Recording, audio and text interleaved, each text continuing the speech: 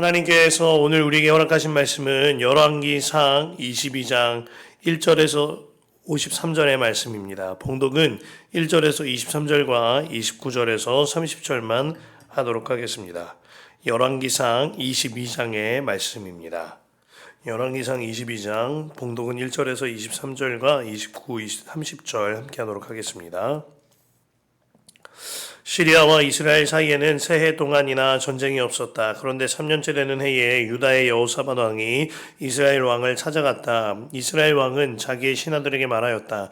길라앗에 있는 라못은 우리의 땅인데도 우리가 그 땅을 시리아 왕의 손에서 다시 찾아올 생각조차 하지 않고 있소. 경들은 이것을 알고 있었소. 그리고 그는 또 여호사밧에게도 말하였다. 길르앗의 라못을 치러 나와 함께 올라가시겠습니까? 그러자 여호사밧이 이스라엘 왕에게 대답하였다.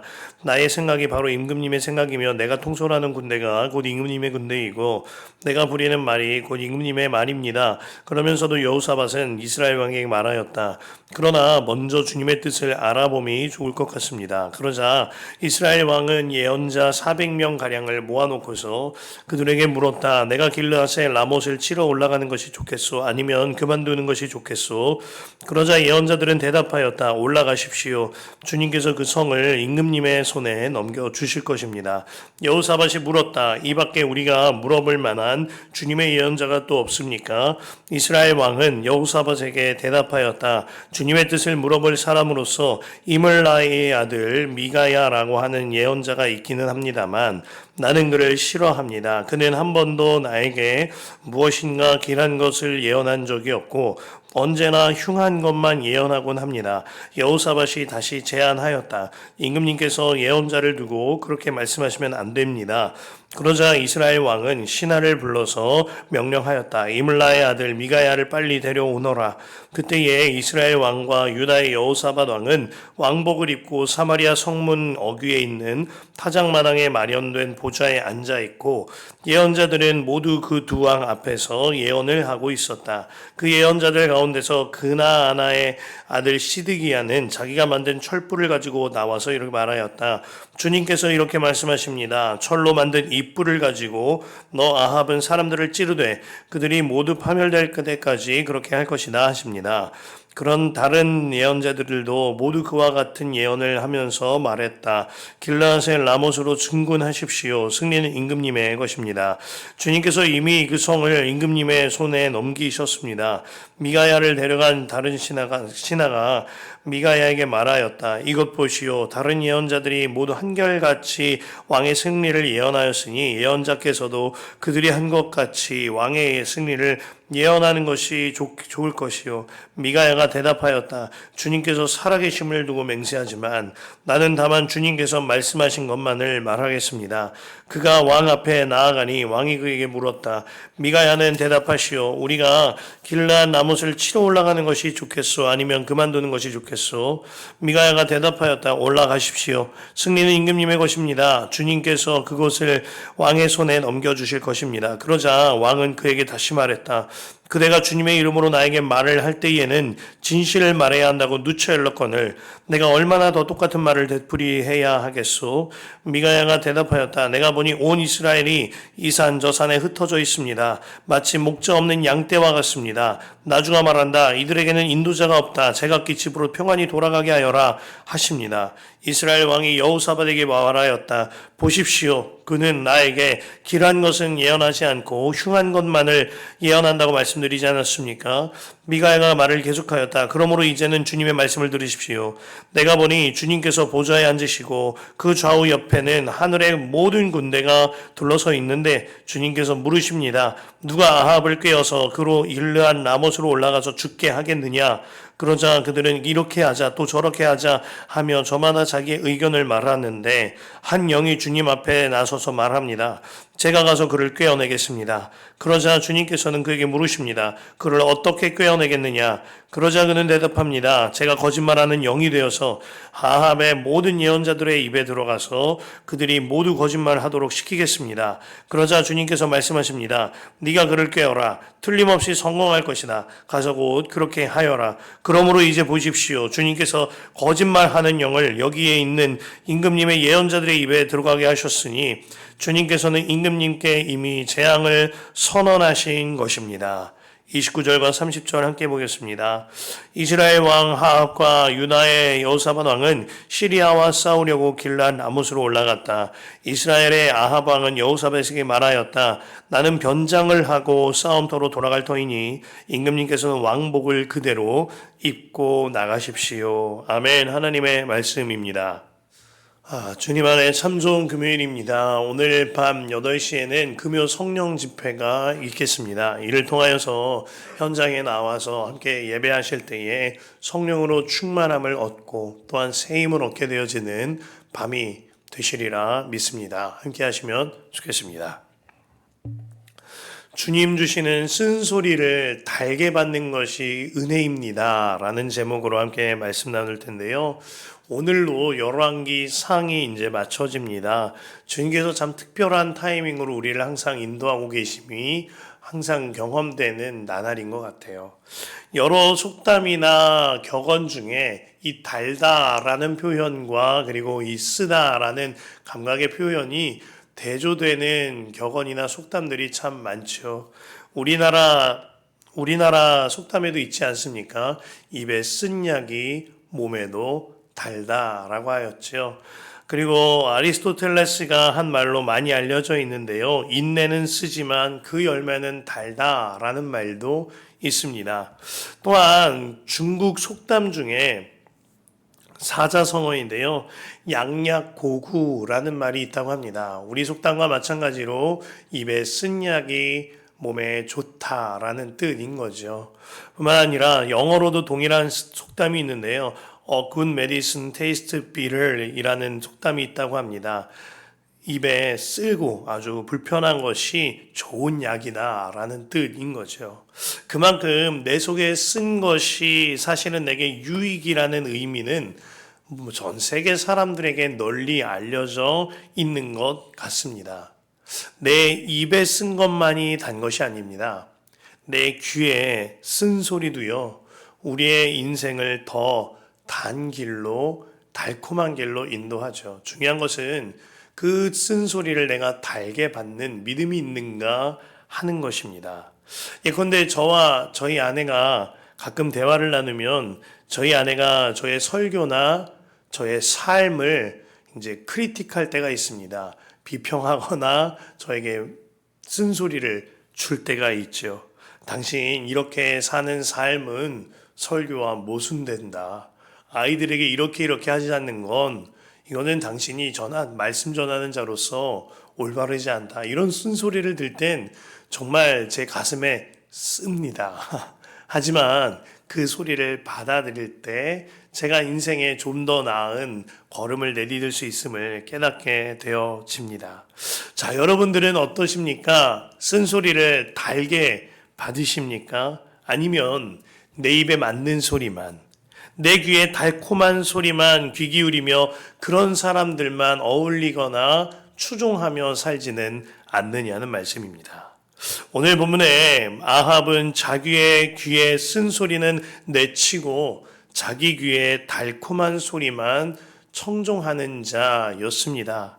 북이스라엘의 악행을 행하던 아합이 있던 반면에 남유다에게는 하나님 보시기에 선을 행하던 여호사밧 왕이 있었습니다. 남유다의 여호사밧 왕은 아합에게 찾아와 친교를 요청하였고 내친김에 두 왕은 이제 아합의 청함으로 인하여서 두 왕은 길르앗 라못을 공격하는 일에 논의가 되게 되어집니다. 그때 여호사밧의 선한 면이 드러나죠. 여호사밧은 우리끼리 결정할 일이 아니라 하나님께 여쭤보자 라고 말합니다. 5절이에요. 그러나 먼저 주님의 뜻을 알아봄이 좋을 것 같습니다 라고 했어요. 그러자 아합 왕이 자기 나라에 있는 예언자들 400명을 불러 놓아 놓고 길르앗 라못을 치러 올라가는 것이 좋겠느냐 물어봅니다. 그러자 모두가 입을 모아서 왕이 원하시는 대로 하시라. 거의 왕의 뜻에 추종하며 박수를 치며 달콤한 소리를 아합 왕의 귀에 집어넣어 주는 겁니다. 아합의 악행으로 인하여 모든 선지자가 이미 다 매수당해서 하나님의 뜻을 저버리고 왕이 원하는 대로 말하는 자들이 되어 버린 거죠.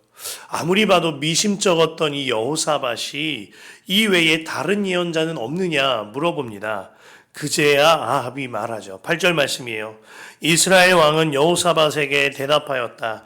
주님의 뜻을 물어볼 사람으로서 이물라의 아들 미가야라고 하는 예언자가 있기는 합니다만 나는 그를 싫어합니다. 왜 싫어할까요? 본인에게 쓴소리를 하니까요. 그는 한 번도 나에게 무엇인가 길한 것을 예언한 적이 없고 언제나 흉한 것만 예언하곤 합니다. 쓴소리만 한다는 겁니다. 그래서 나는 그를 싫어한다는 거예요. 여호사밧이 다시 제안하였다. 임금님께서 예언자를 두고 그렇게 말씀하시면 안 됩니다. 여호사밧은 하나님의 뜻을 여쭙자고 합니다. 하지만 아합은 그럴 것 없이 행동하려 하였습니다. 여호사밧은 하나님의 예언자를 두고 그렇게 말씀하시면 안 된다고 합니다. 귀 기울여야 한다고 합니다. 그러나 아합은 내 입맛에 맞는 예언자의 말만 듣고 내게 달콤한 소리하는 사람들의 말만 듣고 내게 쓴소리하는 예언자의 말은 불편해하고 내치며 싫어합니다. 하나님의 은혜 있는 자와 그렇지 않은 자가 극명히 갈라지는 거죠. 결국 미가야라는 선지자가 와서 처음에는 아합의 뜻대로 말해주는 것처럼 보입니다. 그런데 아마 미가야가 아합에게 비꼬듯이 말했거나 아주 성의 없는 태도로 말했던 것 같아요. 그래서 아합이 그의 의중을 눈치채고 캐묻는 것입니다. 마침내 미가야가 하나님의 말씀을 아합에게 그대로 전하죠. 그 말씀이 17절부터 23절인데 하나님 나라에서 아합을 죽이려는 하나님과 천사들의 회의가 열렸다는 겁니다. 그 회의의 결과 이스라엘의 모든 예언자들이 거짓말을 하게 만들어서 아합이 함정에 빠지게 만들자 하는 이야기였습니다. 그러므로 이 전쟁에 나가게 되면 아합은 패배하고 죽을 것이라 하는 아합에게 있어서는 아주 쓰디쓴 소리였지요. 이 말을 듣고 있던 이미 매수당하여 거짓 예언을 하는데 앞장서던 시드기야라는 선지자가 미가야의 뺨을 치며 그를 핍박하고 그에 대한 시드기야에 대한 저주스러운 예언을 하게 되는 것이 24에서 28절입니다. 자, 이러한 하나님의 말씀을 듣고 아합의 마음이 좀 달라졌을까요? 전혀 움직이지 않았을 것 같지만 아합의 마음이 움직였습니다. 하나님의 말씀으로 아합의 귀에도 들렸다 이것입니다. 그 마음에 찔림이 생겼고 두려움도 생겼단 말입니다. 30절을 보면 아합이 그 말을 듣고 두려워하면서 전쟁을 치르기는 하지만 왕인 것을 감추려고 변장하는 모습이 나오거든요. 30절입니다. 이스라엘의 아합 왕은 여호사밧에게 말하였다. 나는 변장을 하고 싸움터로 들어갈 터이니 임금님께서는 왕복을 그대로 입고 나가십시오. 이스라엘 왕은 변장을 하고 싸움터로 들어갔다. 미가야를 통한 하나님의 말씀이 그 마음에는 찔림이 되고 걸림이 된 겁니다. 그러니까 내가 정말 이 전쟁에 나갔다가 미가야를 통해 주시는 하나님 말씀처럼 죽게 될까 봐 겁이 난 거예요. 그러나 거기까지였습니다. 아합 왕은 쓴소리를 달게 받아서 소화시키는 것이 아니라 쓴소리를 듣고 뱉어버린 겁니다. 그로 인하여서 변장을 하고라서라도 그 전쟁에 나가게 되어진 거죠. 하나님이 주시는 쓴소리를 듣기는 들었지만 돌이키거나 그 걸음을 중단하지 않은 겁니다. 이것이 너무나 안타까운 겁니다. 그에게 쓴소리가 하나님의 소리로 들렸으면 거기서 그가 변장하고 감출 것이 아니라 오히려 주님 앞에 드러내고 고백하여 돌이켜야만 했습니다. 그러나 그는 끝까지 겁은 나고 두렵고 왠지 하나님 말씀으로 인하여 망할 것 같은 마음도 들지만 그 쓴소리를 소화시키는 것이 아니라 뱉어냄으로 말미암아 돌이키질 않았던 거예요. 결국 이 전쟁에서 하나님의 뜻을 여쭈었던 여호사밧은 살았고 아합은 자신을 변장하고 감추고 숨기며 전쟁에 나아갔던 아합은 그 치열한 전쟁에서 대패함 속에 아합은 죽게 되어집니다. 34절에 그런데 군인 한 사람이 무심코 활을 당긴 것이 이스라엘 왕에게 명중했다. 화살이 갑옷 가슴막이 이음새 사이를 뚫고 들어간 것이다. 그렇게 화살에 맞은 채 도망가지도 못하고 비참하게 죽게 됩니다. 마침내 하나님이 예언하셨던 말씀이 아합에게 이루어지게 되어지죠. 37에서 38절이에요. 왕은 죽고 사람들은 그 죽음을 사마리아로 가지고 와서 그곳에 묻었다. 그리고 사마리아의 연못에서 왕의 병거와 갑옷을 씻을 때에 개들이 그 피를 핥았고 창녀들이 그곳에서 목욕을 하였다. 이렇게 해서 모든 것은 주님께서 말씀하신 대로 되었다. 만약에 아합이 그의 일생 동안 하나님이 여러 번 주셨던 엘리야를 통하여 수많은 선지자를 통하여 오늘 본문의 미가야를 통하여 수없이 주셨던 하나님의 쓴소리를 달게 받았다면 은혜죠. 돌이켰다면 은혜인 겁니다. 주께서 미가야를 통하여 쓴소리 주셨을 때 주님 제가 죄인입니다 했다면 더 없는 은혜인 겁니다. 그러나 그는 끝까지 쓴소리를 달게 받지 않고 뱉어내는 자였습니다. 이 말씀은 다름 아닌 저에게 주시는 하나님의 말씀이었습니다. 제가 어제 예수동행 집회를 다녀왔는데요. 예수동행 집회에 유기성 목사님께서 설교하시면서 이런 말씀하셨습니다. 목사님께서 살아오는 동안 너무나 아쉬운 것, 너무나 어떻게 보면 제 표현이긴 합니다만 후회가 되기도 하는 것 한 가지는 하나님의 뜻대로 살지 못하고 내가 옳게 여기는 대로 살아왔던 순간들이란 말씀을 하셨습니다. 그러면서 하시는 이야기가 몇몇 사람들이 저에게 목사님 정도면 잘 살으셨지요 하는 이야기를 들으면 너무나도 민망하고 부끄럽습니다. 왜냐하면 아마 제가 그렇게 보이는 까닭은 제 삶에 몇 번 안 되는 순종 때문이었을 것입니다. 하지만 제게는 그렇지 못한 삶이 훨씬 많았습니다. 그래서 예수님과 통행하는 운동을 펼치며 모든 사람들이 조금이라도 더 일찍이 예수님의 뜻대로 살기를 바라는 마음인 것입니다. 이런 이야기를 하셨는데 저도 고개가 끄덕여지거니와 저 또한 주님 앞에서 너무나 부끄러운 겁니다. 아합과 같이 제 삶에 주님께서 주시는 쓴소리가 얼마나 많았을까요? 앞서 말씀드렸습니다만 아내를 통하여 주께서 저에게 쓴소리를 주실 때가 많았을 겁니다. 자녀를 통하여, 교우를 통하여, 동역자를 통하여 그러할 때가 있지요. 무엇보다 날마다 예수님과 동행하며 주께서 저에게 주시는 성경 말씀으로 또 예배를 통하여 주께서 제 마음속에서 주시는 쓴소리가 있을 겁니다. 중요한 것은 제가 그때마다 그 쓴소리를 달게 받고 소화시켜 돌이켰는가 하는 문제가 있는 겁니다. 때로는 시간을 지체하여 돌이킨 적도 있습니다.